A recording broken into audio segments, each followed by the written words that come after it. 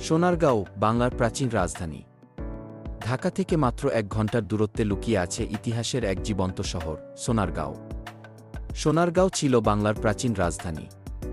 এখানে শাসন করেছেন ঈসা খাঁ, আর তা ছিল বাংলার মুসলিম প্রশাসনের অন্যতম কেন্দ্র। সোনারগাঁওয়ের পানাম নগরী বাংলাদেশের একমাত্র ইউরোপীয় ধাঁচের পুরাতন নগর।